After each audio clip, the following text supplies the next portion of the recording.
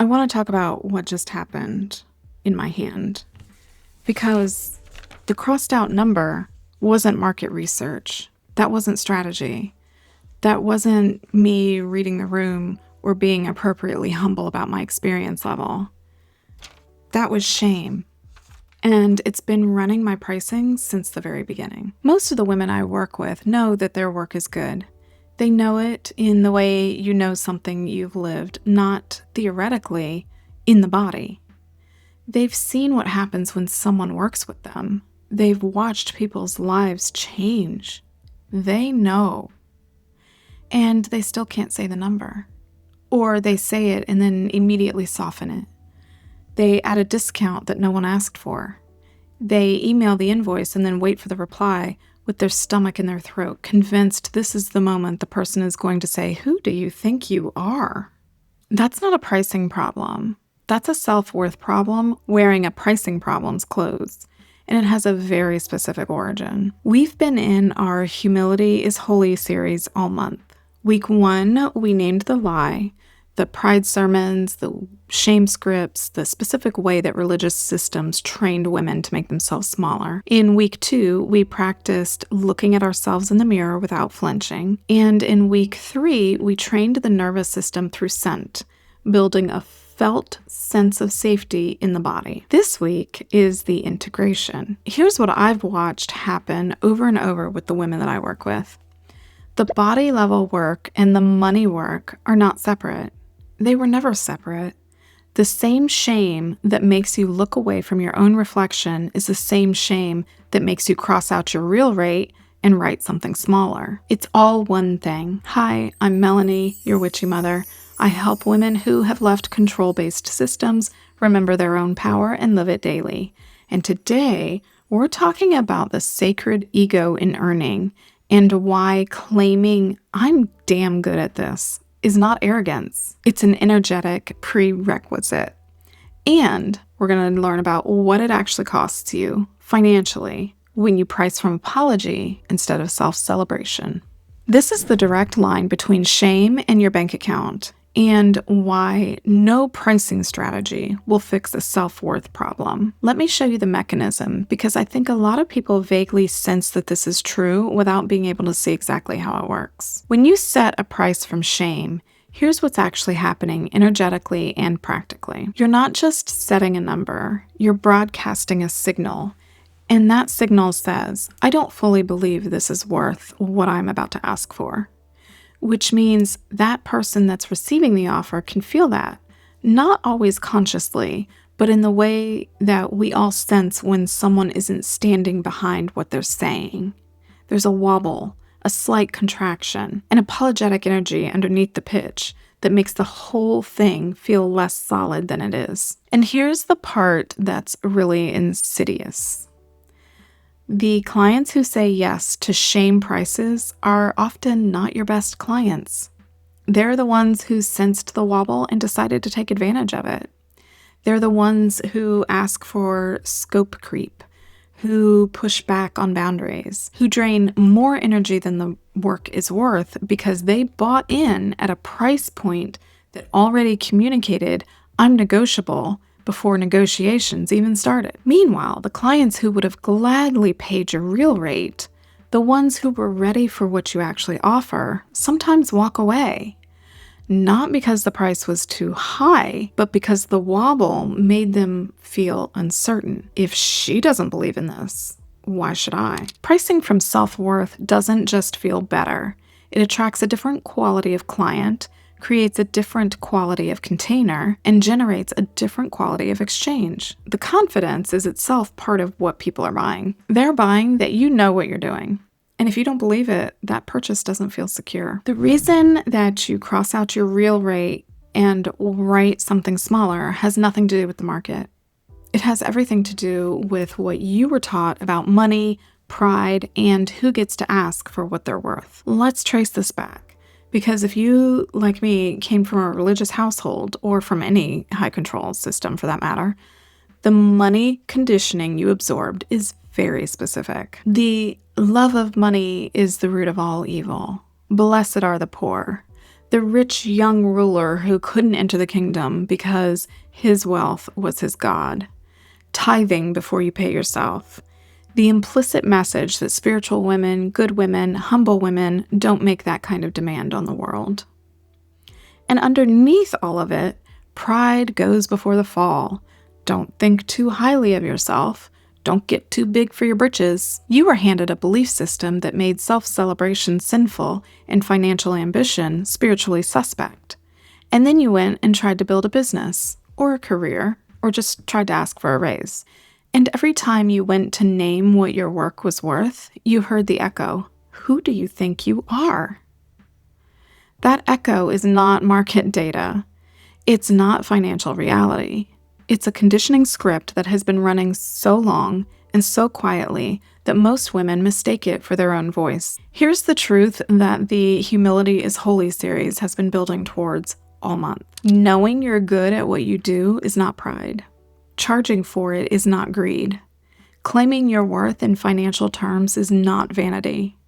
These are acts of coherence, of alignment, of bringing the outside into integrity with the inside. When what you charge matches what you believe your work is worth, something in the field clarifies. The wobble disappears, the clients feel it, and the money moves differently. What's the number you've been afraid to say out loud? You don't have to tell me, but I want you to feel it in your body right now. The real number. Notice where the resistance lives. And drop a word in the comments about what comes up. Just one word. The sacred ego is not narcissism. It's the part of you that knows your work has value and refuses to apologize for saying so. And it's the energetic prerequisite for money to move towards you without friction. I want to define something carefully because I'm going to use a word that might make some of you flinch. Ego. In a lot of the spiritual spaces many of us came from, ego was the enemy. The thing to be transcended, killed, surrendered, die to self. The goal was egolessness, and anything that smelled like self-assertion got filed under that category and treated as a spiritual problem. What I'm talking about when I say sacred ego is something very specific. It's not narcissism. It's not the ego that needs to be the loudest in the room, that tears others down, or that inflates itself at others' expense. The sacred ego is simply the part of you that maintains an accurate assessment of your own value. The part that says, I have done the work. I know what I know. I have helped people in ways that changed things for them. And that has worth. I'm not going to apologize for naming it. That's it. That's the whole thing. The sacred ego is what allows you to send the invoice without your stomach in your throat, to say your rate out loud without your voice dropping at the end, to hear, that's too expensive, and not immediately crumble because you never fully believed in the number yourself. It's the energetic foundation that money coherence is built on. Without it, every pricing strategy, every business framework, every marketing funnel in the world is just scaffolding around a crack in the foundation. The structure might hold for a while, but it's always slightly unstable, and you feel it. Building the sacred ego is not arrogance. It's structural. It's the same work we've been doing all month at the body level, but now we're bringing it to the money field. This is the pricing ritual for the moment before you send the invoice, when shame is the loudest and the sacred ego needs an anchor. Here's a practice that I teach, and I want you to try it the next time you sit down to price something, quote something, or send an invoice. Before you open the spreadsheet, before you draft the email, before you touch the number, get a piece of paper and write down 3 things you've done for someone that actually mattered. Not the credentials, not the certifications, the real things. The conversation that changed something. The session that gave someone clarity they'd been circling for years. The piece of work that someone came back to tell you shifted their life. Write them down. And then read them back to yourself out loud. Then write this sentence.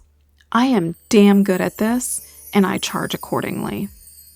Then, and only then, write the number, the real one, not the one you'll feel uncomfortable defending, the one that when you imagine receiving it, something in you says, yes, this is right, followed immediately by the voice that says, that's too much. The number that makes the voice show up is usually the accurate one. Here's what I've learned about that voice. It's not a market signal. It's a shame signal. It's the echo of every pride sermon, every don't think too highly of yourself, every system that needed you priced low enough to stay accessible and pliable. The market will tell you if your price doesn't work. Your nervous system is not the market. Do this practice. Write the 3 things, say the sentence, then write the number, and see what happens. I want to talk about what happens energetically when you claim your worth without immediately walking it back. Most of us have a pattern that goes like this. I'm really good at, I'm still learning, and there are people who know way more than me, and I've had some great results, but it's not like, some people have found it helpful. You started with the truth and then immediately dismantled it. That dismantling is not humility.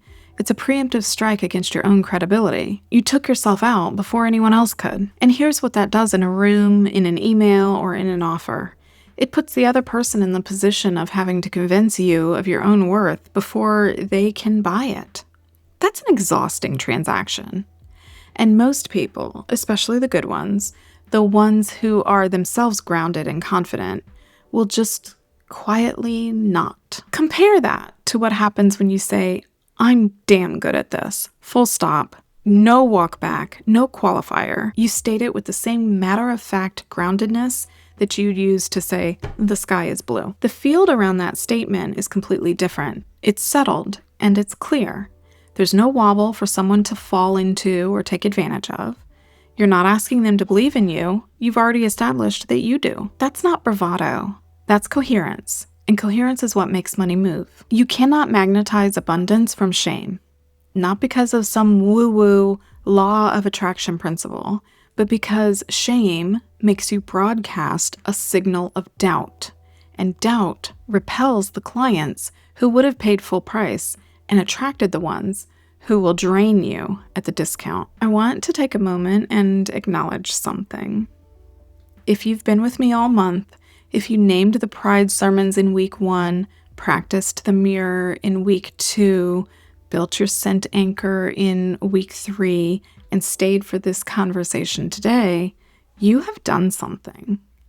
You didn't just consume content. You did body level work. You practiced staying in rooms you used to leave. You said words to yourself that your nervous system wasn't sure it was allowed to believe. You chose a scent for yourself instead of for the approval of someone else. And now you're sitting with the financial implications of all of it. That's the arc. Sovereignty in the body becomes sovereignty in how you show up. Sovereignty in how you show up becomes sovereignty in what you charge. Sovereignty in what you charge becomes sovereignty in what you receive. It's all one thread. You've been pulling it all month. The work isn't done. It's never fully done. But you are not the same woman who started this series, and that matters. If this month has been cracking something open and you're ready to understand the full shape of what's running in your body, in your field, and in your money, a clarity session is where we go next. It's 60 minutes. I take a look at what your field is actually doing. I name the pattern beneath the confusion, and I give you a clear next step, not a theory, a direction. Something you can actually do. The women who come to clarity sessions after a month like this one are ready in a way they weren't before. The deconditioning work we've done together opens something. The session goes deeper because of it. If that's you, the link is in the description and in the comments below. I'll see you there.